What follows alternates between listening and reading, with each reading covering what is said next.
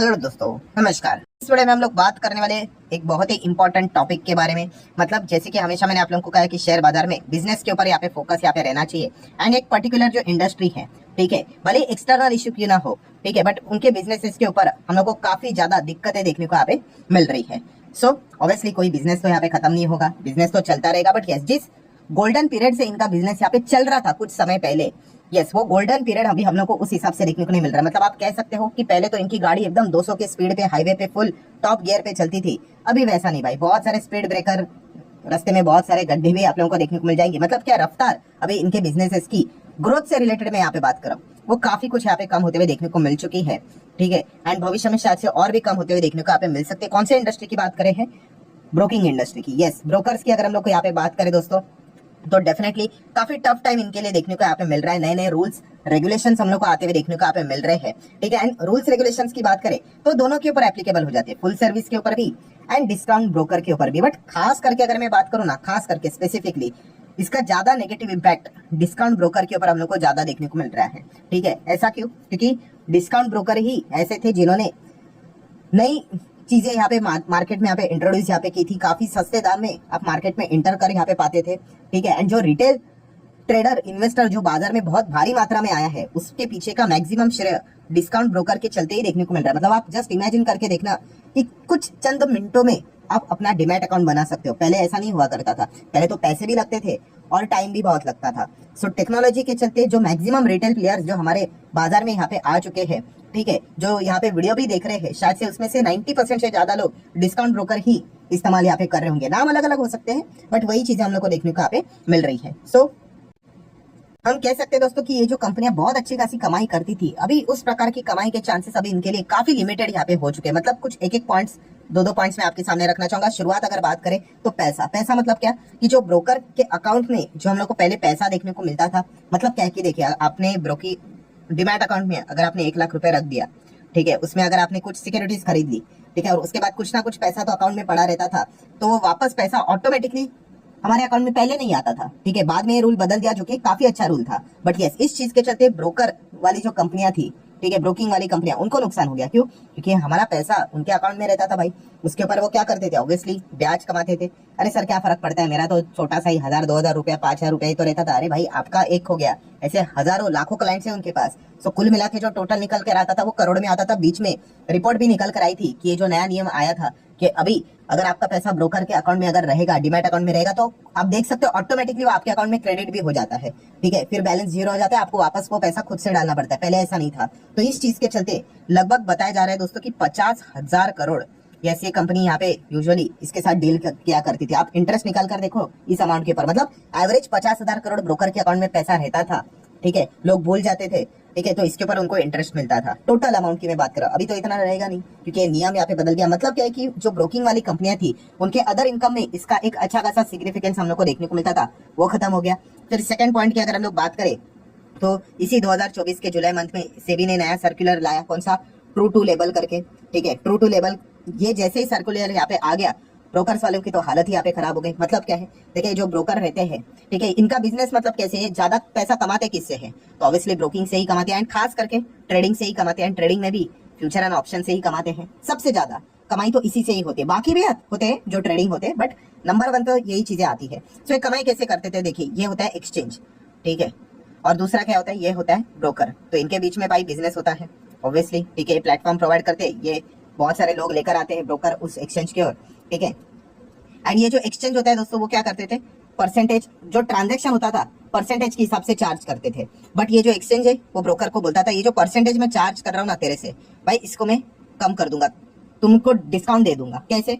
अगर तुम बहुत ज्यादा वॉल्यूम लेकर आ गए, मतलब तुमने अगर ज्यादा ट्रेडिंग करवाई, ठीक है, तो मैं तुम्हें अच्छा खासा डिस्काउंट दूंगा। इसीलिए बहुत सारे ब्रोकर्स क्या करते थे, कोई 5 रुपए का ही ब्रोकरेज चार्ज कर रहा है, कोई 10 ही कर रहा था, कोई 20 कर रहा था, कोई तो 0-0 कर रहा था कि कोई नहीं, आप ट्रेडिंग करो बिंदास, ठीक है। तो ऐसा कैसे होता था कि वे ये कमाते कैसे थे? अगर 0 ब्रोकरेज है तो जितना ज्यादा ट्रेडिंग उतना ज्यादा वॉल्यूम आता था, ठीक है। तो ये जो एक्सचेंज के जो ट्रांजेक्शन चार्जेस यहाँ पे होते थे, उसमें उनको बहुत बड़ा कट मिलता था, ठीक है, डिस्काउंट मिलता था। एंड इस चीज के चलते इनकी अच्छी खासी कमाई यहाँ पे हुआ करती थी।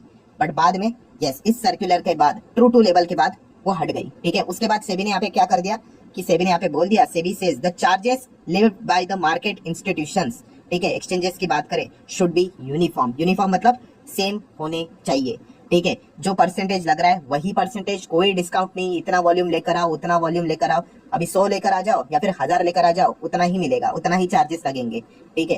एंड इसी चीज के चलते हम लोगों ने देखा था कि डिस्काउंट ब्रोकर को काफी झटका लगा था, बिकॉज उनका बिजनेस मॉडल ही इसी के हिसाब से चलता था, ठीक है। तो ये चीजें हम लोग को देखने को मिला। उसके बाद हम लोगों ने इमीडिएटली देखा भी था कि जीरोधा के जो हेड देखने को मिल जाते हैं, नितिन कामत जी, उन्होंने ये बात बोली भी थी। क्या बोली थी कि ये जो सर्कुलर हम लोग को देखने को मिल चुका है, सेबी का ऑर्डर अभी यहाँ पे आ चुका है, शायद से, देखो मैं हाईलाइट कर रहा हूँ भाई, उन्होंने बोला था जीरोधा में and zero brokerage structure for the equity delivery trade after the SEBI order. हम कर सकते हैं करके विचार करेंगे करके, अभी तक तो नहीं हुआ है, बट यस ये पॉइंट उन्होंने सामने क्यों बोला था, क्योंकि यस इस चीज के चलते इन कंपनीज को नुकसान होते हुए देखने को यहाँ पे मिल सकता था। एंड इसका इंपैक्ट जरूर इन कंपनीज के बिजनेस के ऊपर देखने को मिलता था, एंड ट्रेडिंग के ऊपर इसका इंपैक्ट बहुत अच्छी तरीके से पड़ते हुए देखने को यहाँ पे मिला है।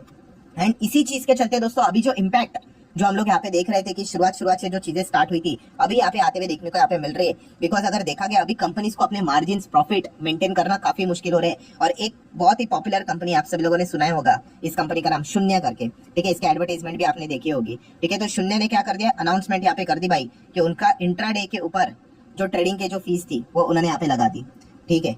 सो ये अभी हम लोग को चीजें देखने को मिल रही है, थोड़ा सा इसको डिटेल में जानते हैं।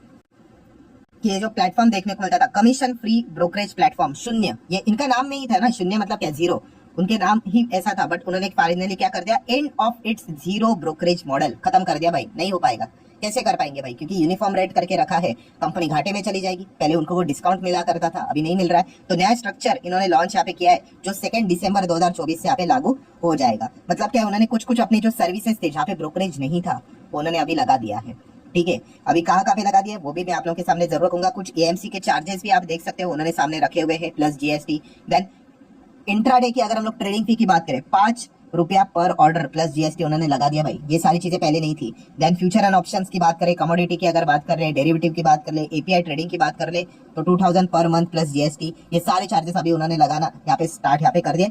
हावेवर हम डेफिनेटली कह सकते हैं कि अभी भी जो जीरो ब्रोकरेजेस डिलीवरी से related ETF, bond, IPO, mutual fund की अगर बात करें, वहां पे फिलहाल अभी भी उन्होंने जीरो ही चीजें यहाँ पे कंटिन्यू की है। बट अगर सिचुएशन अगर खराब हुई तो माइट भी ये वाला जो भी पार्टी हम लोगों को देखने को मिलता है, वहां पर भी शायद से जीरो ब्रोकरेज वाला चीज यहाँ पे खत्म हो सकता है करके इसके भी चांसेस देखने को मिल रहे हैं।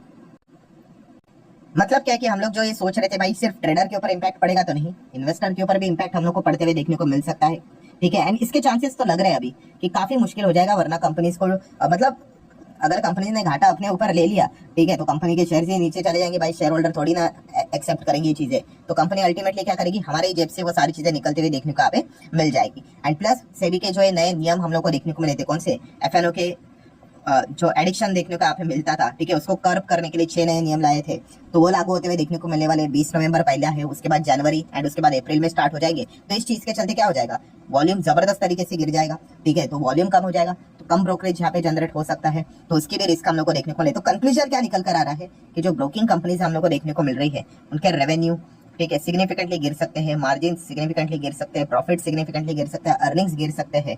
तो ये दिक्कत हम लोग को देखने को मिल रही है। ऑब्वियसली इसका सॉल्यूशन भी उनके सामने है कि इसके साथ अभी अगर उनको डील करना है तो क्या करना पड़ेगा, ऑब्वियसली जितना नुकसान हुआ है उसकी भरपाई करनी पड़ेगी। कैसे, अपना जो भी सर्विसेज है उसके दाम उनको बढ़ाने पड़ेंगे, चाहे वो इंट्राडे के दाम बढ़ा दे, मतलब ब्रोकरेजेस बढ़ा दे, FNO से रिलेटेड चार्जेस पहले जो थे वो बढ़ा दे, कुछ जगह पे जीरो ब्रोकरेजेस देखने को मिलते थे वो बढ़ा दे, डिलीवरी के ऊपर भी फिलहाल जीरो कुछ जगह पे देखने को मिल जाता है, शायद से वो भी चार्जेबल हो जाए, 10, 15, 20 रुपया कुछ ना कुछ चीजें आ सकती है, परसेंटेज के फॉर्म में यहाँ पे आ सकती है, तभी जाके वो चीजें क्या कर सकते हैं, जो रेवेन्यू ग्रैप देखने को मिल रहा है नुकसान के फॉर्म में, उसको वो भर सकते हैं करके, या फिर नए सेगमेंट में एंट्री कर सकते हैं। जैसे कि एंजल वन के एग्जांपल मैं आपके सामने रख दूं, एंजल वन ने क्या कर दिया, 250 करोड़ इन्वेस्ट कर दिया, किसमें, वेल्थ मैनेजमेंट आर्म में, ठीक है। मतलब क्या है कि अलग अलग स्पेस में वो अभी इन्वेस्टर को भी टारगेट कर रहे हैं, HNI, अल्ट्रा HNI को टारगेट कर रहे हैं कि वहां से कुछ इनकम सोर्स यहाँ पे जनरेट यहाँ पे होना चाहिए करके, क्योंकि ये बाकी की चीजों में क्या हो रहा है, नुकसान हो रहा है करके। सो फाइनल कंक्लूजन क्या निकल कर आ रहा है दोस्तों, कि अभी हम देख सकते हैं जो प्लेटफॉर्म पहले जीरो ब्रोकरेजेस में हम लोग को काम करते हुए देखने को मिल रहे हैं, ठीक है, अभी वो धीमे धीमे करके एंड होते हुए देखने को यहाँ पे मिल रहा है। एंड मतलब प्लेटफॉर्म एंड नहीं हो रहा है, वो जीरो ब्रोकरेज की जो पॉलिसी थी वो खत्म होते हुए देखने को मिल रहे है। मतलब आप कब तक झेल पाओगे ना, आपके मार्जिन कॉन्ट्रैक्ट यहाँ पे होते रहेंगे, तो आपको वो हटाना यहाँ पे पड़ेगा। अगर ये यहाँ पे ट्रेडिंग से रिलेटेड चीजें सफल हो गई तो ठीक है, वरना ये धीमे धीमे करके इन्वेस्टमेंट के ऊपर भी यहाँ पे शायद से आ सकते हैं। ठीक है। एंड हम ये भी नहीं कह सकते कि भाई कि अच्छा ये मतलब 4 प्लेटफॉर्म है ABCD करके, चलो इसने चार्जेस बढ़ा दिए यहाँ से निकले करके, नहीं, वो यूजुअली देखेंगे तो सब एक साथ ही अपने चार्जेस को यहाँ पे बढ़ा देंगे। ठीक है, यही चीजें हम लोग को देखने को यहाँ पे मिल जाती है। मतलब क्या, अल्टीमेटली जहाँ पे वहीं पे रहो, और अल्टीमेटली जो फाइनल बर्डन जो आएगा वो एंड यूजर हमारे ऊपर ही आते हुए देखने को यहाँ पे मिल सकता है। ये चीजें प्रोबेबली देखने को मिल सकती है। सो डेफिनेटली हम यहाँ पे कह सकते हैं कि इसकी शुरुआत धीमे धीमे करके स्टार्ट यहाँ पे होते हुए देखने को मिल चुका है। अभी जो पूरा फोकस है वो इसी के ऊपर है कि अभी जो ये नए नियम लागू होंगे FNO के ऊपर, उसके बाद वॉल्यूम के ऊपर कितना इंपैक्ट पड़ता है। अगर बहुत ज्यादा बड़ा इंपैक्ट अगर पड़ गया एंड ब्रोकरेजेस बहुत ही कम जनरेट होना अगर स्टार्ट हो गए, कंपनी कम कमाना स्टार्ट कर दी, तो फिर आप ये सारी चीजें भी भविष्य में एक्सपेक्ट यहाँ पे कर सकते हो। सो आशा करता हूं दोस्तों वीडियो हेल्पफुल लगा होगा, तो चाहो तो लाइक एंड शेयर कर सकते हो। मिलते हैं अगले वीडियो में, तब तक के लिए बाय बाय।